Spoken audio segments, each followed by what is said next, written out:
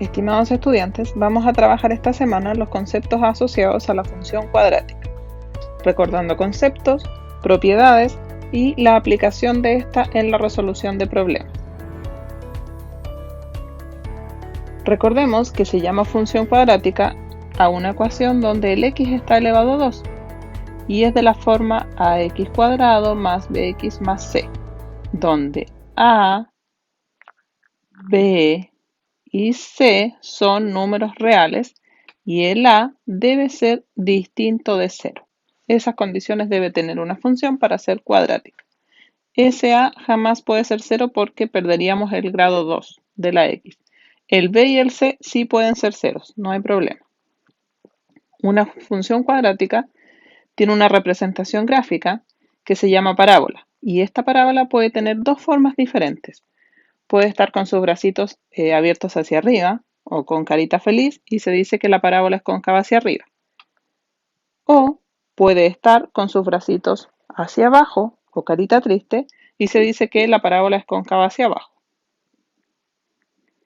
¿De qué depende la concavidad de una parábola? Está relacionado con el signo de A. Si el A es positivo, es decir, es mayor que 0, la parábola es cóncava hacia arriba. Si el A es negativo, la parábola es cóncava hacia abajo. Otra característica de la parábola es la amplitud, ¿ya? Es decir, cuánto más ancha es una función respecto de la otra. Para eso observamos el valor absoluto de A. Mientras ese número es más cercano a 0, la gráfica va a ser más ancha. Por ejemplo, tenemos en la gráfica azul el valor absoluto de menos 1. Eso es 1. Y en la gráfica roja tenemos el valor absoluto de menos 1/2. Y eso es 1/2, ¿cierto? El 1/2 es más pequeño que el 1. Y la gráfica es con sus bracitos más anchos que la azul.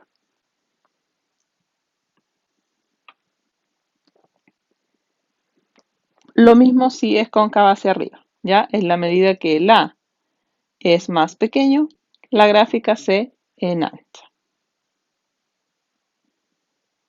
Esta gráfica, la parábola, tiene intersecciones con el eje X y con el eje Y. Vamos a revisar primero cuál es la intersección con el eje Y.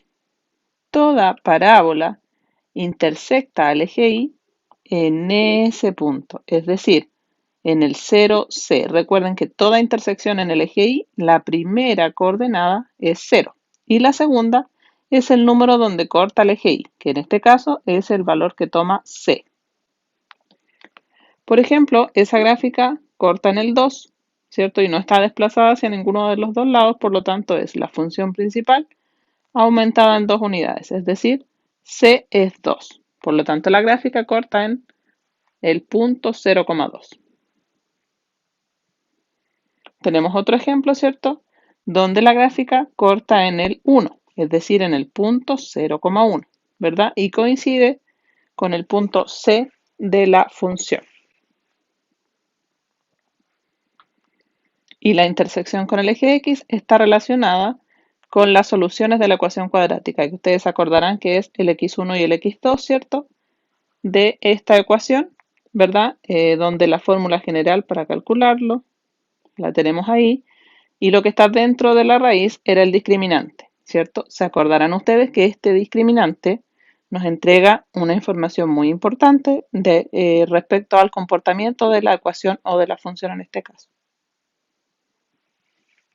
Bien, se acordarán ustedes que si el discriminante es mayor que 0, es decir, si lo que está dentro de la raíz es positivo, la ecuación cuadrática tiene dos soluciones, lo que significa que esta gráfica corta al eje de las X en 2 puntos, ¿ya?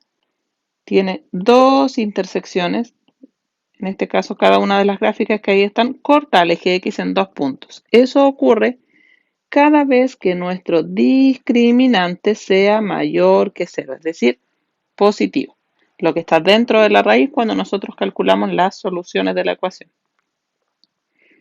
¿Qué pasa si el discriminante es 0? Se acordará usted que si el discriminante es 0, la ecuación cuadrática tiene única solución o dos soluciones iguales. ¿Ya? Eso significa que la gráfica corta al eje de las x en un solo punto, ¿ya? Y coincide con la solución de la ecuación.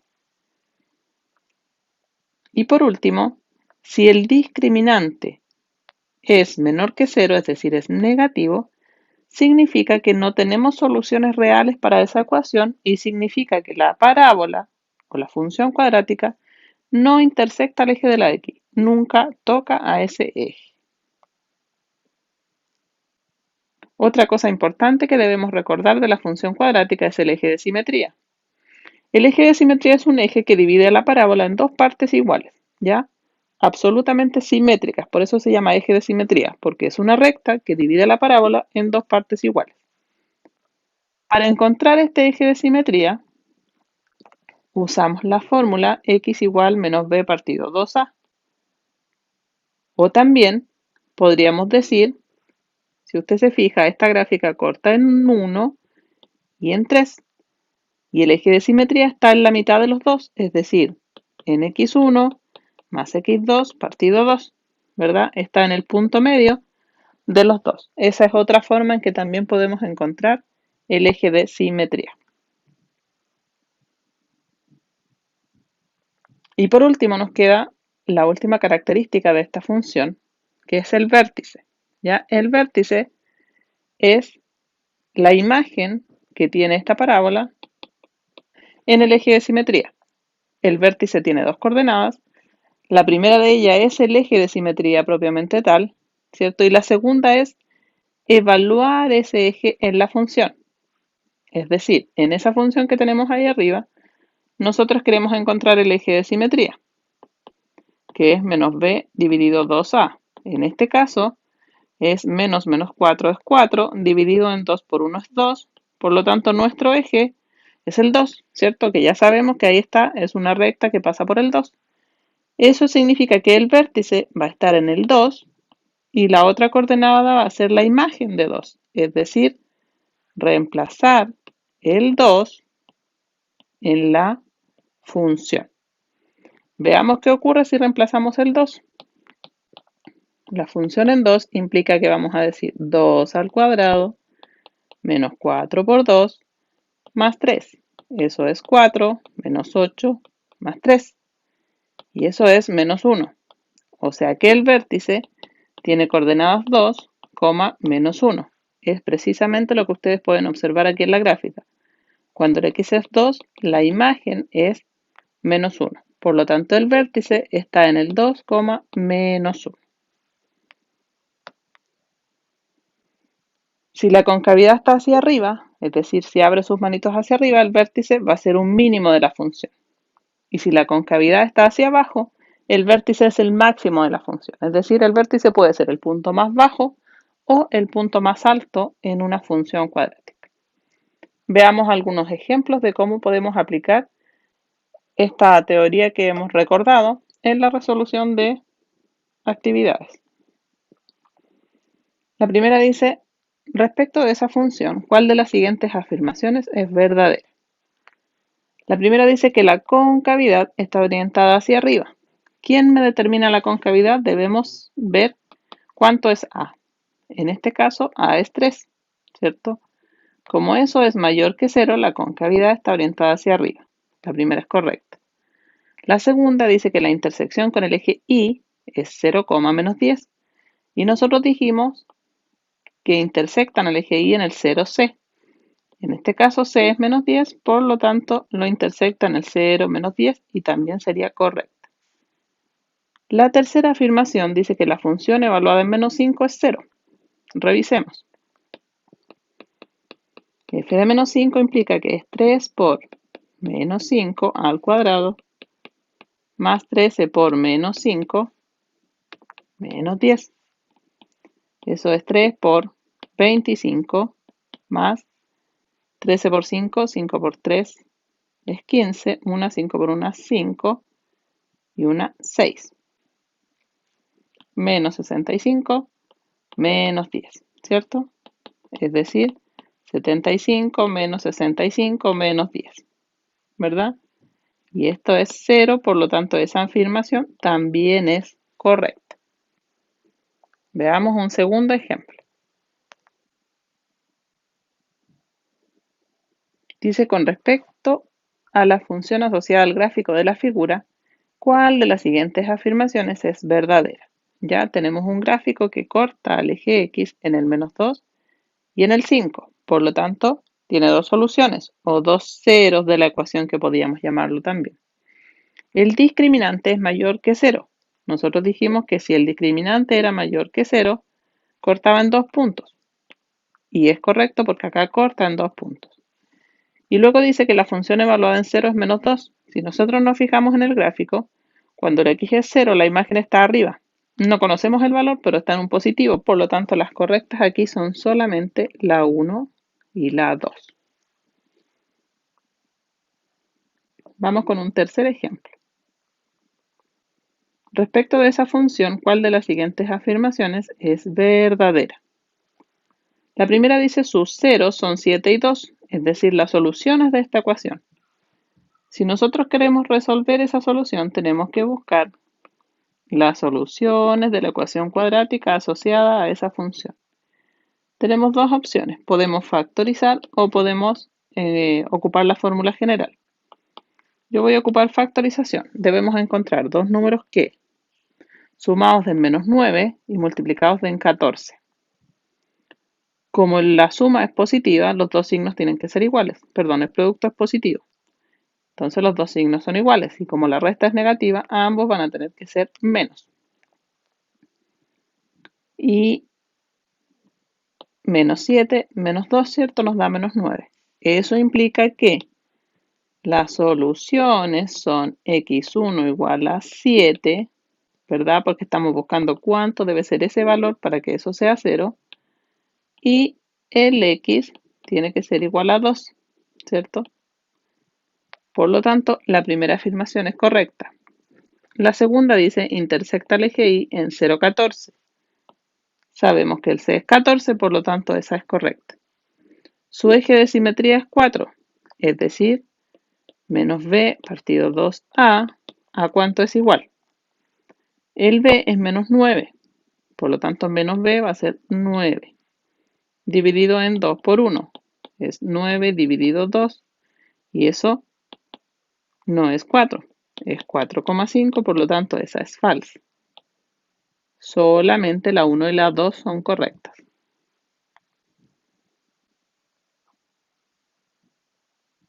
Veamos un cuarto ejemplo. Dice, con respecto al gráfico de la figura, ¿cuál de las siguientes afirmaciones es correcta? La primera dice que el vértice de la parábola es 0 y menos 12, ¿cierto? Si bien es cierto, nosotros tenemos solo la gráfica. Si nosotros tenemos la gráfica, sabemos dónde corta el eje, ¿cierto?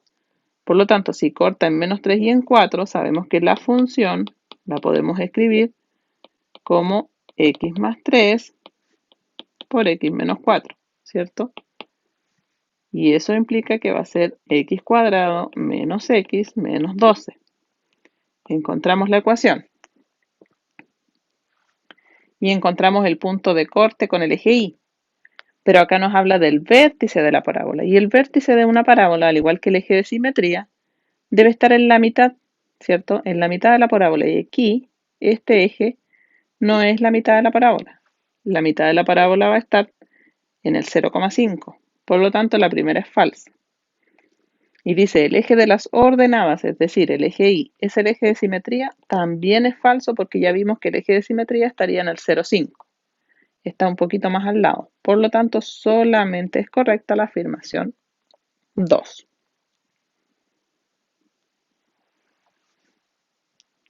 Y veamos el siguiente problema. Dice, la trayectoria de un proyectil está dado por la ecuación y de t igual a 100t menos 5t cuadrado, donde t se mide en segundos, es decir, está en función del tiempo, y la altura se mide en metros. Entonces dice cuál de los siguientes valores de t, cuál de los siguientes valores para el tiempo, estará el proyectil a 420 metros de altura sobre el nivel del suelo.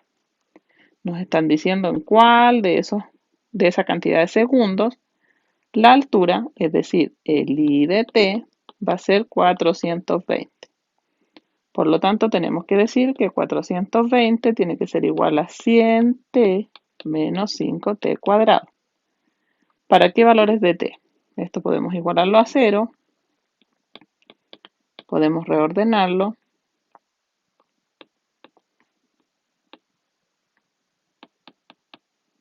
¿Cierto? Y tenemos dos opciones. Resolver la ecuación y encontrar los valores de t, o puede ir reemplazando por 6, por 10 y por 14 para ver en cuáles le da la igualdad que ahí se indica. ¿Ya? Yo voy a hacer la resolución. Voy a multiplicar por menos 1 todo primero. Ese es 5t cuadrado. Menos 100t más 420. Ahora voy a dividir por 5, ¿ya? Para achicar los numeritos. Eso me queda t cuadrado menos 20t más 420 dividido 5, eso es 84. Y luego busco dos números que sumados me den menos 20 y multiplicados me den 84. Como el producto es positivo, ambos van a tener el mismo signo. Y si queremos demorarnos menos, miramos cuáles números de esos que están ahí cumplen con la condición de que al sumarnos me dé menos 20. Ya, tenemos que fijarnos entonces que dé menos 20 y 84. Y esos son el 14 y el 6. ¿Ya? Eso implica que t es 14 o que t es 6. Para cualquiera de esos dos valores del tiempo, ya sea en 14 segundos o en 6 segundos, la altura será 420. Por lo tanto, el 1 y el 3. Y con eso, chicos, espero que puedan ir revisando la guía y que puedan ir trabajando, y después cuando tengamos las clases vamos haciendo las consultas respectivas. Nos vemos.